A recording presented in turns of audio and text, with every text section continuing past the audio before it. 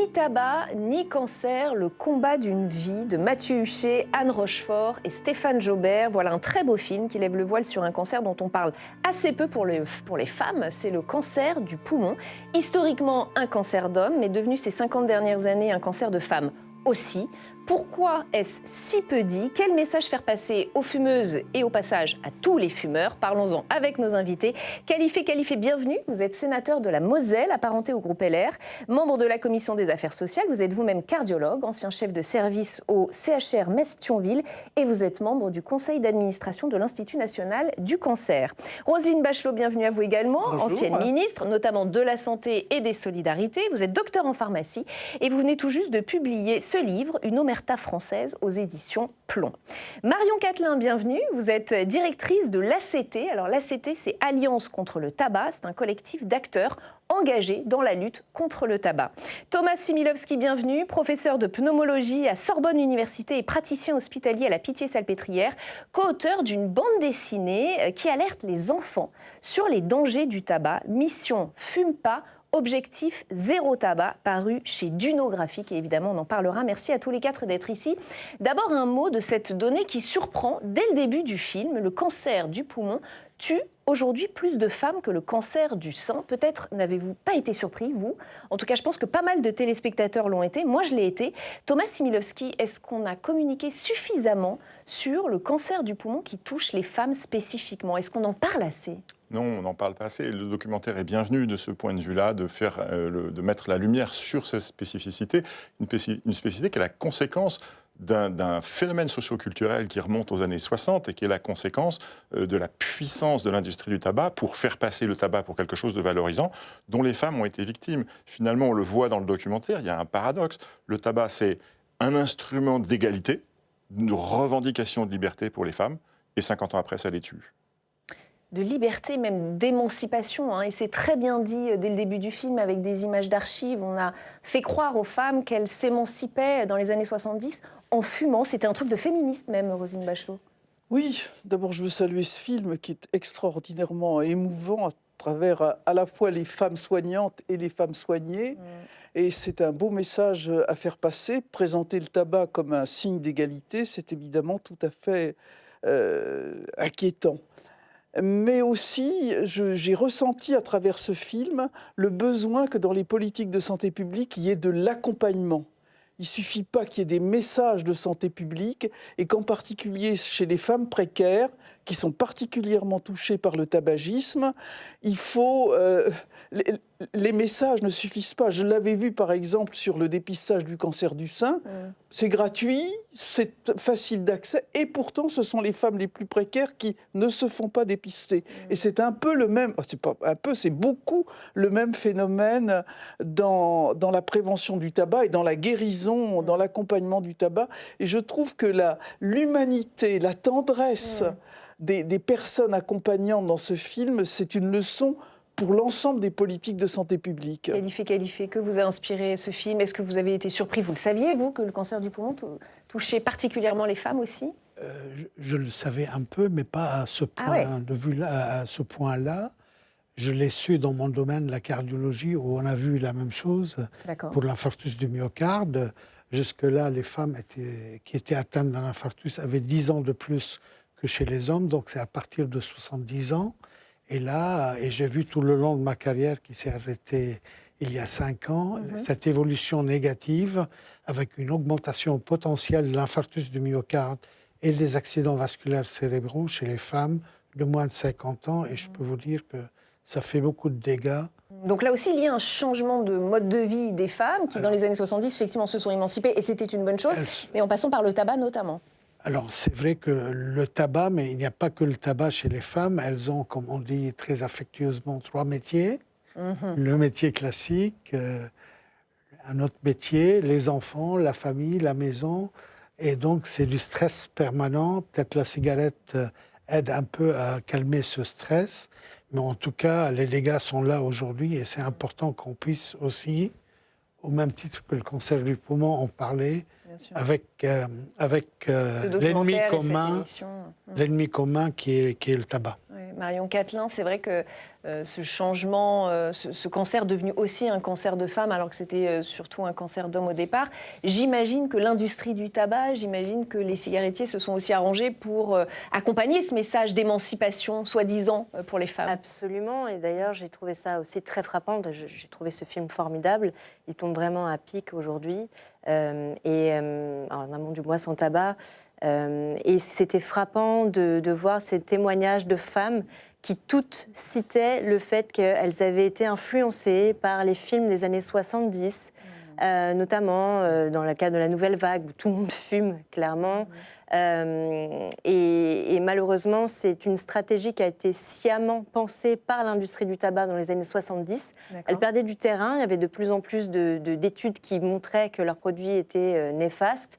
Et il fallait finalement redorer leur image à cette époque. Ils se sont saisis du cinéma pour passer véritablement des contrats avec des agences de placement de produits, des producteurs. Ils payaient littéralement ces productions pour faire en sorte que leurs cigarettes soient placées à l'écran, leur marque en particulier. Et ça a incroyablement fonctionné. Et en particulier auprès des femmes. Et donc on a, pas plus tard que, même encore récemment, mais on a Catherine Deneuve, par exemple, qui est immensément connue en France et qui a été, on le sait, rémunérée notamment par Philippe Maurice pour organiser en marge d'un festival à Cannes une remise de prix.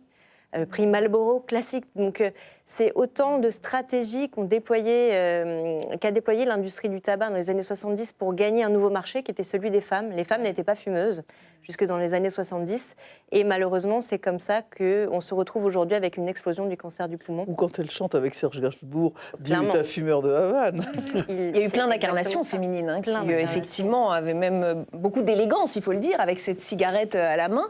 Les chiffres sont effarants, ceux donnés par le professeur Marie-Pierre Revel. Avant 1970, le cancer du poumon était un cancer d'homme. Aujourd'hui, 35% des malades sont des femmes, 41% avant 50 ans. C'est un fléau, Thomas Similovski. C'est un fléau. Et comme le disait le sénateur tout à l'heure, ça n'est pas que le cancer du poumon. On peut faire exactement la même chose sur les maladies cardiovasculaires, ça a été fait, mais sur les maladies du souffle, ce qu'on appelle la BPCO, c'est-à-dire la bronchopneumopathie chronique obstructive, une maladie qui rend les gens invalides. Le simple fait de voir un escalier les essouffle, les handicape profondément. C'est quand j'ai commencé mes études de médecine, un patient BPCO, c'était un homme de 65 ans, point. Et puis, j'ai commencé mes études de médecine il y a un certain temps, et maintenant, un patient BPCO, c'est une dame de 55 ans aussi. Donc, en fait, les ravages qu'on voit dans le film qui sont ciblés sur le cancer du poumon, ces ravages, on les voit sur tous les méfaits du tabac sur la santé. C'est absolument catastrophique. Mais il y a quand même une incompréhension, c'est que tout le monde est d'accord pour dire que c'est un fléau, mais vous voyez, il y a des opérations comme Octobre Rose et qui sont des magnifiques opérations pour sensibiliser au cancer du sein. Je ne vois pas d'opération de communication ou de prévention. Dans quelques jours, il y a le mois sans tabac qui va démarrer. Oui, mais visant les femmes, le tabac et les femmes. Mais effectivement, il n'y a pas de ciblage sur les femmes. Je crois que là, qu'il va falloir changer de braquet et d'avoir des communications. Donc, mieux ciblées, mieux compréhensibles, compréhensibles, mieux accompagnées. Je vais à nouveau enfourcher mon obsession, c'est sur les femmes précaires. Il faut imaginer ce que ça représente, la consommation d'un paquet de tabac. On connaît les écarts de salaire entre les hommes et les femmes, des femmes qui ont des revenus de remplacement, qui élèvent seules des enfants. La consommation régulière d'un paquet de tabac, ça représente 350 à 400 euros par mois. Je rappelle que le niveau du SMIC net par mois, c'est un peu plus de 1 400 euros. Ça représente de fumer un paquet de cigarettes 3 mois de SMIC. Et on s'est posé la question au moment, par exemple, du Covid, où on a vu reflamber légèrement, mais reflamber la consommation de tabac dans l'isolement des foyers. On a eu un moment des arbitrages à faire, parce que le prix des denrées alimentaires flambait, et comme c'est une addiction, quand elle n'est pas accompagnée, c'est sur la nourriture et la nourriture des enfants qu'on fait l'arbitrage économique. Donc derrière le ciblage des campagnes anti-tabac, de prévention de la consommation du tabac chez les femmes, il y a un enjeu économique et social sur lequel il faut vraiment insister. Qualifier, il faut communiquer. Moi, je voulais réagir sur la politique de prévention en général en France et on a un travail en cours en ce moment au Sénat sur la prévention. Ouais. Sur la prévention en général. Il y a quelques milliards qui sont dépensés tous les ans par le ministère, mais aussi par les collectivités à travers les contrats locaux de santé, etc. Pour la prévention, bien sûr, le tissu associatif est très actif aussi, mais malheureusement, on ne voit pas encore de résultats tangibles. Vous avez évoqué les cancers du sein, le cancer colorectal. Dans ma région, par exemple, seulement 40% des gens se sentent concernés par ces dépistages. Donc, c'est pas assez. C'est pour ça qu'il est important qu'on recentre cette politique de prévention, qu'elle soit au plus proche des habitants et que les gens s'approprient. Et c'est pour ça que dans le cadre d'un conseil territorial de santé, on a ciblé vraiment pour être au plus proche de la population et, comme l'a rappelé Madame la ministre tout à l'heure, chez les personnes précaires. Si je me permets d'apporter un autre complément d'information, c'est qu'on sait bien qu'il y a 3 régions qui sont particulièrement touchées par la consommation de tabac, plus que la moyenne nationale. Le Grand Est en fait partie, parce que c'est une région transfrontalière et qui a moyen de se procurer du tabac de façon moins coûteuse qu'en France. C'est aussi l'Occitanie et PACA qui sont concernés. Les inégalités sociales en matière de tabagisme sont très marquées, elles sont chiffrées, 12 points d'écart entre les plus bas et les plus hauts revenus de fumeurs quotidiens. Il y a un public qu'on n'arrive pas à toucher ? En fait, on sait que les personnes en situation de précarité sont aussi plus éloignées du système de santé, moins réceptives aussi parfois aux campagnes de prévention. Et pour tout un tas de raisons aussi personnelles, des difficultés financières ou autres, ça peut être plus compliqué d'entrer dans une dynamique de sevrage. Après, parce que la cigarette, c'est quoi ? C'est le petit plaisir, le seul petit plaisir qui reste, et le petit vice qu'on s'octroie parce qu'on n'a pas grand-chose d'autre ? Alors, il y a 2 choses. C'est cet argument de dire, quand par exemple, de notre côté, à l'Alliance contre le tabac, on milite pour une hausse régulière des prix du paquet de cigarettes. On aimerait, en 2032, aboutir à un prix de paquet à 25 €. Là, on parle en même temps des inégalités de santé sociale. Et évidemment, on entend souvent, mais si on fait ça, on va les priver du dernier plaisir qu'il leur reste. Et pour nous, c'est un discours extrêmement pernicieux. Parce qu'on sait très bien que les augmentations du prix du paquet sont aussi le meilleur moyen de faire en sorte que la prévalence tabagique, c'est-à-dire la part de la population qui fume, baisse. D'accord. Dans le même temps, il est extrêmement important de renforcer les politiques d'accompagnement, d'aide au sevrage. Parce que c'est une addiction très très forte. Il n'y a que 15% des fumeurs qui utilisent un outil de sevrage tabagique, un produit de substitution nicotinique, qui est pourtant remboursé par la sécurité sociale. On pourrait même faire mieux en faisant en sorte que 100% de ces produits de substitution nicotinique soient remboursés. Aujourd'hui, il y a une petite part de reste à charge qui peut avoir lieu. Donc ça peut pénaliser effectivement ces personnes en situation de précarité. Et puis, il peut y avoir tout un tas aussi d'expérimentations, peut-être de bons, comme ce qui est fait aussi au Royaume-Uni, aux États-Unis, d'incitation à l'arrêt du tabac. Ça a été fait notamment chez les femmes fumeuses enceintes. On sait que ça marche. Et là, on a tout un tas aussi de mesures que nous souhaiterions porter. On va revenir sur la nouvelle génération et ce qui se passe autour de la génération. Mais sur le côté social, je voudrais dire une chose, c'est que pour avoir l'énergie de se sevrer du tabac, ce qui est une épreuve, quelque chose de très difficile, il faut avoir une certaine bande passante disponible. Et plus on est dans la difficulté sociale, moins cette bande passante est disponible, parce qu'on a d'autres soucis. On a le souci de boucler la fin du mois, de ne pas être en découvert, de nourrir les enfants, comme disait Madame la ministre tout à l'heure. Et donc, il y a aussi une explication. Il faut une disponibilité intellectuelle pour faire cet effort. Et il y a un autre point qui est très important, parce que vous avez dit le dernier petit plaisir qui reste. Moi, je voudrais souligner que la nicotine ne procure aucun plaisir. La nicotine ne procure que le plaisir de corriger le manque qu'elle a induit.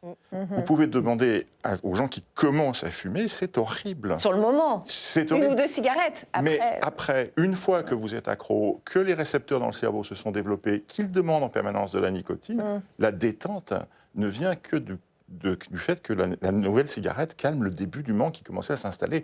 En soi, la nicotine n'est pas un produit psychostimulant. Mais c'est une addiction de quel ordre? Une addiction chimique, une addiction psychologique? On est addict à la pause? C'est un mélange, et c'est ça qui est terrible. Il y a une addiction chimique, purement chimique. Quand vous fumez de la nicotine, vous produisez des récepteurs dans votre cerveau, et ces récepteurs demandent à être saturés de nicotine, ça c'est chimique. Il y a une addiction gestuelle. Il y a beaucoup de fumeurs qui n'arrivent pas à s'arrêter parce qu'ils ont besoin du geste, de la contenance, etc. Et puis il y a une addiction, Marion Cattelan l'a bien souligné, il y a une addiction sociale. Le tabac reste malheureusement quelque chose de valorisé quelque part. Mon message, moi, c'est les enfants. On a parlé de personnes vulnérables tout à l'heure. Les personnes vulnérables socialement, mais les enfants sont vulnérables par définition. Eh bien, l'industrie du tabac, on va en reparler tout à l'heure avec la vape, fait en sorte que le fait de fumer, ça reste « je suis un grand, je suis fort », etc., etc. Et donc, arrêter de fumer, c'est extrêmement important, mais il y a un autre message sur la vulnérabilité et la prévention, c'est qu'il ne faut pas commencer à fumer. Alors, on va poursuivre l'échange, mais la bonne nouvelle, quand même, c'est que fumer ne semble plus trop à la mode chez les jeunes. En tout cas, les chiffres sont assez clairs. Ce sont ceux de Santé publique France. Ils ont été publiés il y a tout juste quelques jours. En 10 ans, le nombre de fumeurs quotidiens de 18 à 75 ans a diminué de 4 millions. 18% de fumeurs quotidiens parmi les 18-29 ans en 2024. En 2021, ils étaient 29%. La clé, c'est de changer de regard et de changer de discours sur le tabac, en tout cas d'après le professeur Marie-Pierre Revel. On l'écoute et on en parle juste après. On va se débarrasser du cancer du poumon. Quand on va complètement changer la façon dont on conçoit le fait de fumer, qu'on doit arriver à dénormaliser. Il faut vraiment que la nouvelle génération ne s'expose pas à ce risque. Vraiment, ça coûte trop cher en vie humaine. Dénormaliser, changer de regard sur le tabac, ça c'est l'une des clés fondamentales. Évidemment, parce qu'on l'a dit, il y a toute une mythologie culturelle autour de ça, une mythologie sociale, d'égalité entre les hommes et les femmes. Il y a, moi, une chose que je combats, c'est le risque aussi du vapotage. C'est-à-dire avec la gestuelle du vapotage qui induit à terme la consommation du tabac, même s'il y a eu, il faut toujours avoir une vision balancée, des sevrages réussis avec le vapotage. J'évite les choses trop carrées et trop géométriques. Mais enfin, la gestuelle est aussi la mythologie de la gestuelle, on en a parlé, c'est quelque chose de très important. On voit l'importance de cibler les jeunes et les femmes jeunes, de cibler les femmes, bien entendu, parler aussi du tabagisme passif, qui a évidemment causé chez des femmes, et en particulier des femmes précaires, des ravages. Heureusement que on a interdit dans les bars, les restaurants. C'est moi qui ai mis en œuvre le décret, le décret de 2007 contre l'industrie, contre les hôteliers. C'était terrible. J'ai quelquefois été menacée physiquement dans certains restaurants. Ah ouais? J'étais celle qui allait mettre la restauration française en faillite en interdisant le tabac dans les lieux de restauration. Vous avez reçu des menaces oui, bien de sûr, responsables de restaurants, oui, tout à fait. Pas par les serveurs dont vous avez sauvé la vie et la mort. Parce que le premier effet, quand même, a été une diminution spectaculaire de la morbidité des personnels de restaurant. La morbidité cardiovasculaire des personnels de restaurant a chuté dans les 3 mois qui ont suivi la mise en place du décret. Parce que l'efficacité sur le cardiovasculaire, elle est immédiate. Je parle sous le contrôle des médecins. Elle est immédiate sur le risque cardiovasculaire. Elle est beaucoup plus longue à obtenir sur le risque pulmonaire. Parce que nettoyer un poumon... c'est compliqué. C'est compliqué. Mais c'est une bonne nouvelle, cette baisse du nombre de fumeurs chez les jeunes qualifiés. C'est une excellente nouvelle. C'est spectaculaire même. Mais il faut qu'on continue, et comme l'a dit notre collègue pneumologue, il ne faut pas commencer. Il ne faut pas commencer, mais il faut qu'on puisse inciter les jeunes à faire autre chose, des jeux de société, aller faire du sport, etc. Et ça fait oublier. On a une idée de la façon dont ils perçoivent le tabac, les jeunes, aujourd'hui? Ils trouvent que c'est démodé, que c'est un... Oui, absolument. On mène des enquêtes dans le cadre de nos activités qui montrent effectivement que les jeunes estiment que le fait de fumer est très mal perçu, très mal vu. En revanche, dans le même temps, on voit que 85% des jeunes, et particulièrement 85% des jeunes femmes, estiment que vapoter est plus cool que fumer. Mais par contre, on est face à quelque chose de nouveau. Et pour rebondir sur ce que vient de dire monsieur le sénateur, ce qui est extrêmement important pour les années à venir, c'est de faire en sorte que l'on puisse véritablement prévenir de l'entrée dans le tabagisme des plus jeunes. Et pour cela, on porte un projet de mesure d'une génération sans tabac. Concrètement, qu'est-ce que nous voudrions ? C'est le fait, en 2032, de faire en sorte qu'il ne soit plus possible de vendre des produits du tabac à toutes les personnes nées après 2014. C'est-à-dire on créerait des générations entières de personnes non fumeuses. Pourquoi ? Parce qu'aujourd'hui, un fumeur, et les fumeurs sont rentrés dans le tabagisme avant 18 ans. Quand, après 18 ans, on n'est pas rentré dans le tabagisme, il y a très très peu de chances finalement de devenir fumeur. Ça a été testé à l'étranger. Donc ça a été testé, c'est en cours d'adoption au Royaume-Uni. Plusieurs pays sont en train de prendre la mesure. Il faut savoir aussi qu'il y a 9 adolescents sur 10 qui déclarent vouloir vivre dans un monde sans tabac. 7 Français sur 10 aussi sont favorables à cette interdiction dite générationnelle du tabac. Et donc, pour nous, c'est vraiment central pour finalement franchir une étape supplémentaire vers une société sans tabac en France. Mais ça veut dire que le processus de dénormalisation dont parle le professeur dans le film est en cours, ça a commencé. On est en train de changer de regard, on n'en veut plus. Mais attention, il y a une ambiguïté avec le mot tabac. Parce que quand je vous dis tabac, vous pensez cigarette. Éventuellement, vous pensez cigare, vous pensez pipe. Mais quand je vous dis tabac, il y a aussi, la nicotine, elle vient d'où ? La nicotine, elle vient du tabac, de la culture du tabac. Et donc, la dénormalisation de la cigarette est bien entamée. La dénormalisation du fait de fumer et d'utiliser des produits dérivés de la nicotine, elle, est moins entamée. On le voit avec la popularité qui vient d'être signalée de la vape. Dans certains pays d'Europe du Nord, il y a d'autres façons de consommer le tabac par voie orale en mettant sur les gencives, les snus en Suède. Et cette nicotine, elle vient du tabac. Et pour dénormaliser ça, la santé est un argument, bien entendu. Mais il y a un autre argument qui est très peu utilisé, c'est l'environnement. Et pour fabriquer de la nicotine, il faut cultiver du tabac, quelle que soit la forme sous laquelle on va consommer cette nicotine. Et pour cultiver du tabac, on détruit la planète. Et les jeunes générations, je pense qu'elles devraient être plus sensibles, en tout cas à court terme, à un discours environnement qu'à un discours santé. Parce que se projeter dans la maladie quand on a 18 ans et qu'on vous dit qu'à 50 ans, vous allez avoir un cancer ou une insuffisance respiratoire... Sauf si on a un proche qui est touché, un parent... Alors effectivement, le proche, le familier, ça aide. Et c'est d'ailleurs le cas de Marie-Pierre Revel dans le film avec sa cousine. Mais il faut savoir, pour faire pousser le tabac, l'emballer, etc., on coupe 600 millions d'arbres par an. Alors que les statistiques disent que si on en plantait 1 milliard, on limiterait le réchauffement climatique. Or, on va transporter ce tabac, on va le transporter dans des bateaux, on va le transporter dans des camions pour l'amener. Parce que pour partir des plaines de culture en Amérique du Sud ou en Chine ou en Centrafrique et arriver dans le buraliste rue de Vaugirard, il y a du CO2 qui est dépensé. C'est vrai que c'est un argument qu'on n'utilise jamais. C'est une catastrophe écologique monstrueuse. Et cette catastrophe écologique, elle tient, quelle que soit la forme, puisqu'il faut faire de la nicotine. J'ajouterais que dans la vape, vous avez du plastique, vous avez des piles au lithium. Donc l'environnement est une catastrophe. Or, abîmer l'environnement pour quelque chose d'utile. On peut faire des transactions, mais abîmer l'environnement pour quelque chose qui ne sert à rien d'autre que tuer ses consommateurs, c'est formidable. Qualifié. Écoutez, moi je pense qu'il faut être pédagogue. Il faut être pédagogue, je ne veux pas tout revoir. La cigarette, c'est du goudron, c'est ça qui donne le cancer, c'est le monoxyde de carbone, c'est beaucoup d'autres substances qui sont dans la cigarette, puis il y a la nicotine aussi. Donc, ce qui est cancérigène surtout, je le dis sous votre contrôle, c'est le monoxyde de carbone, et puis le goudron aussi. Moi, je voulais revenir sur les puffs, puisqu'on parlait des jeunes. Bon, donc des nouvelles pratiques qui sont en train d'arriver, qui sont en train de toucher les puffs, notamment les jeunes. On a été alerté assez tôt, au niveau parlementaire en tout cas, au Sénat comme à l'Assemblée nationale, et on a mis une petite année de travail pour interdire les puffs. Mais l'industrie est toujours plus inventive que nous. Les puffs qui étaient à usage unique, maintenant...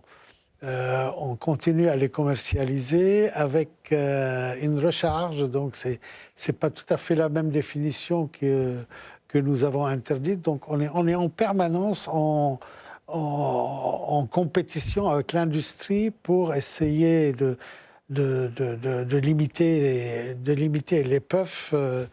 Je ne sais pas si vous avez prévu de le dire, mais en tout cas, les puffs chez les jeunes, c'est une catastrophe parce que la plupart, même les puffs sans nicotine, même si, si c'est théorique. Mais d'abord parce qu'on n'a pas de recul, on ne sait absolument pas. Si, on a le recul. Pour dire que c'est. On a un recul. Tout d'abord, le plus important, c'est qu'en dehors de l'aspect écologique que vous avez évoqué, 30 à 40% des jeunes qui commençaient à fumer avaient déjà commencé par les puffs.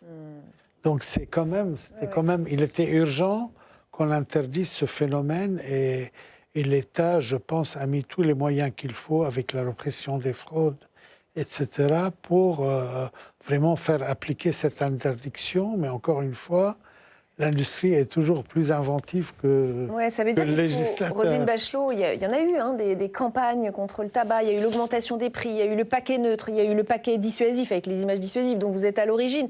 Ça veut dire qu'il faut se réinventer en permanence, là. Alors, l'industrie du tabac déploie des trésors d'imagination et toutes sortes de circuits. Il faut être plus futé que cette industrie. Et je crois que la question qui est posée, c'est quel est l'émetteur, quel est le bon émetteur pour faire la pédagogie de l'environnement, la pédagogie de la santé, la pédagogie du risque social encouru. Moi, ce que je regrette, c'est qu'il n'y ait pas plus de personnes, j'allais dire, qui sont écoutées par les jeunes, qui se mobilisent pour expliquer les risques du tabac. Parce un grand professeur de médecine, alors je ne parle même pas d'un ministre, parce que là, on est complètement ça leur parle pas, ça leur parle pas. Ça leur parle pas. Mais j'ai entendu, en venant à l'émission à la radio, un professeur de physique-chimie qui est en train d'investir TikTok avec des messages pédagogiques. D'accord. Et j'ai entendu une petite capsule type TikTok qu'il avait faite, et puis donc en fait, avec des quiz, et puis on demande aux jeunes d'interagir en disant si tu réponds, si tu penses que oui, et ça c'est le bon réseau pour leur parler. Et ça pourrait être un bon réseau si on est capable de faire cette pédagogie à ce niveau-là. C'est clairement en fait les réseaux sociaux sont investis aujourd'hui comme un nouveau lieu pour l'industrie du tabac pour la promotion de ces produits. Que ce soit d'ailleurs des produits du tabac, puisqu'ils mettent sur le marché du tabac fumé, donc peut-être on en parlera après, c'est un outil à la frontière du dispositif électronique et de la cigarette en elle-même, comme les sachets de nicotine, les produits du vapotage, etc. Et clairement, ce que l'on observe aujourd'hui, c'est qu'il y a, donc on sait, nous, qu'il y a des centaines d'influenceurs qui, les dernières années, ont été rémunérés par l'industrie du tabac pour faire la promotion de ces produits, en particulier les jeunes femmes. Et là, ce que l'on constate aussi, en connaissant un peu le marché, les prochains mois à venir, on sait qu'il va y avoir de nouveaux produits sur le marché qui vont particulièrement cibler les jeunes femmes avec des cigarettes électroniques, avec un packaging fait pour l'influence, en fait. Ils appellent ça l'unboxing, donc qu'on peut mettre en scène sur ces réseaux sociaux. Et donc, ils vont être ouverts comme des paquets, des boîtes de rouge à lèvres. Alors, il y aura des couleurs pastel, vraiment sous une forme de rouge à lèvres. Et ce sont clairement les jeunes femmes qui sont visées et des jeunes influenceuses qui sont rémunérées par ces industriels pour en faire la promotion. Ils ont toujours un coup d'avance, quoi. Ils ont un coup d'avance, mais face à ça, il y a des moyens, justement, de mettre un terme à cette dérive de ce marché de la nicotine, parce que c'est bien ce dont il s'agit. Et il faut absolument, le plus vite possible, qu'on mette en place le paquet neutre sur tous ces produits. Ça mettrait un terme véritablement à toutes ces opportunités de marketing renouvelées pour les industriels. C'est un sujet en tout cas. L'industrie pharmaceutique joue actuellement sur une confusion terrible qui est la notion de réduction de risque. Parce que on dit le vapotage, c'est une bonne solution thérapeutique, c'est un traitement pour se sevrer. Et l'intérêt du vapotage, c'est la réduction de risque. Le problème, c'est que quand vous êtes malade et que vous prenez un traitement, tout va bien. Mais si vous n'êtes pas malade, pourquoi prendre ce traitement ? Bien sûr.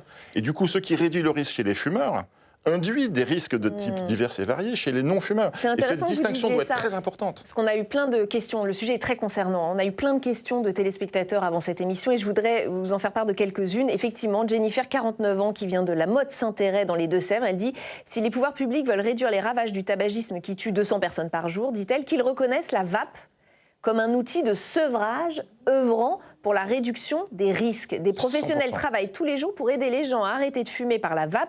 Considérons-les comme des acteurs de la réduction des risques. Voilà. Il y a un lobby Chez les fumeurs. de la vape. Chez les fumeurs. Chez les La fumeurs. vape doit être un traitement. C'est une prescription. Ça devrait être, je pense, une prescription. Pas une pratique de plaisir. C'est pas une pratique de plaisir. Quand vous chauffez vos voies aériennes, quel que soit le moyen par lequel vous les chauffez, vous les enflammez. Et quand vous les enflammez, vous prenez déjà un risque pour votre santé. Hein. À notre niveau, ce que l'on constate à l'Assemblée au Sénat, Oui. c'est un lobbying extrêmement fort des représentants des industriels de la nicotine et de la vape en particulier. Pour ne pas citer, juste l'un d'entre eux, la FIVAP, a organisé une pétition en instrumentalisant finalement les vapoteurs qui utilisent ce moyen-là pour quitter le tabac, ce qui est en soi mieux que rien ou que continuer à fumer, mieux que continuer à fumer plutôt. Et ils utilisent ces fumeurs pour finalement empêcher la prise en charge de mesures, notamment de taxation sur D'où ces la produits du suppression de la vapotage. taxe en commission à l'Assemblée nationale. La taxe Exactement, de la c'est vape. leur fruit. Et donc, ce qui est quand même paradoxal, c'est qu'ils utilisent, ces lobbyistes, des fumeurs pour empêcher la mise en œuvre d'une mesure qui pourrait protéger les plus jeunes d'entrer dans l'addiction à la nicotine par le biais du vapotage. C'est quand même délirant. C'est comme si vous vouliez prévenir les jeunes contre la vodka en leur recommandant de boire du cidre. Je veux dire, c'est juste aberrant Oui, le comme parallèle démarche. est intéressant. C'est juste aberrant comme démarche. Et réduction des risques n'est pas absence de risque. Parce que ces mêmes lobbyistes se présentent comme des acteurs de santé publique. Oui. Ils ont voulu que nous collaborions avec eux. Nous avons reçu aussi des lettres, en particulier de la part des industriels du tabac qui aussi commercialisent ces produits, et en disant qu'ils mettent sur le marché des alternatives de santé publique. Soyons clairs. La solution au problème du tabagisme en France ne viendra jamais du marché de l'addiction à la nicotine. Voilà une bonne réponse apportée à Jennifer qui vient des Mais Deux-Sèvres. il y a quelques Mais années... il n'y a qu'une seule j'avais- absence de risque concernant la nicotine, c'est l'abstinence. Ouais. C'est rien du tout. Rien du tout. Rose Il y a Ulbach. quelques années, j'ai fait un débat, justement, en ne participant pas à ce mode hagiographique du vapotage. Je me suis fait insulter sur les réseaux sociaux par le lobby de la vape, mais c'était d'une violence et avec un côté injurieux, en disant ça peut être une technique de sevrage, mais ça ne peut pas être une habitude sociale qu'on commence et qu'on voit d'ailleurs dès les sorties de lycée. Et vous avez sans doute été accusé d'atteindre à la liberté des gens. Mais Bien évidemment, entendu. mais ça, c'est Je l'ai un grand entendu dans classique. une interview avec Marion Catelin sur France Inter il y a quelques semaines, où elle avait un interlocuteur qui, c'était au moment où était posée l'interdiction de fumer à proximité, les plages, les terrasses, etc. Et donc son interlocuteur disait, on atteint à ma liberté. Mais à la fois, c'est aberrant parce que sa liberté, elle prive les autres de liberté par le biais du coût social du tabagisme, mais en fait, il n'est pas libre du tout. Sa liberté, c'est d'être dépendant à la nicotine. Qualifié, c'est vrai que c'est un univers qui est quand même gangréné par les lobbies. C'est-à-dire qu'on sent quand même qu'il y a une pression qui vient de l'extérieur, et notamment des industriels, qui est très forte. Oui, on le connaît, ça a été dit, les industriels de la cigarette. Maintenant, on a de nouveau un nouveau métier qui est le vapotage, avec plein de magasins, plein de personnes qui vivent de ce marché. Et oui, c'est devenu une l'industrie, économie. c'est devenu une économie importante aujourd'hui, mais est-ce qu'elle est justifiée? Est-ce qu'il faut qu'on la développe? À mon avis, non, parce qu'on a parlé beaucoup de nicotine, mais la vape elle-même, même la vapeur qui sort de là, c'est une vapeur, bon, au niveau marketing, on dit c'est chauffé à 60 degrés, alors que la cigarette, c'est plutôt 300, 400 degrés. Donc, mais on chauffe quoi? On chauffe du plastique, on chauffe des arômes, on chauffe du glycérol. Hein?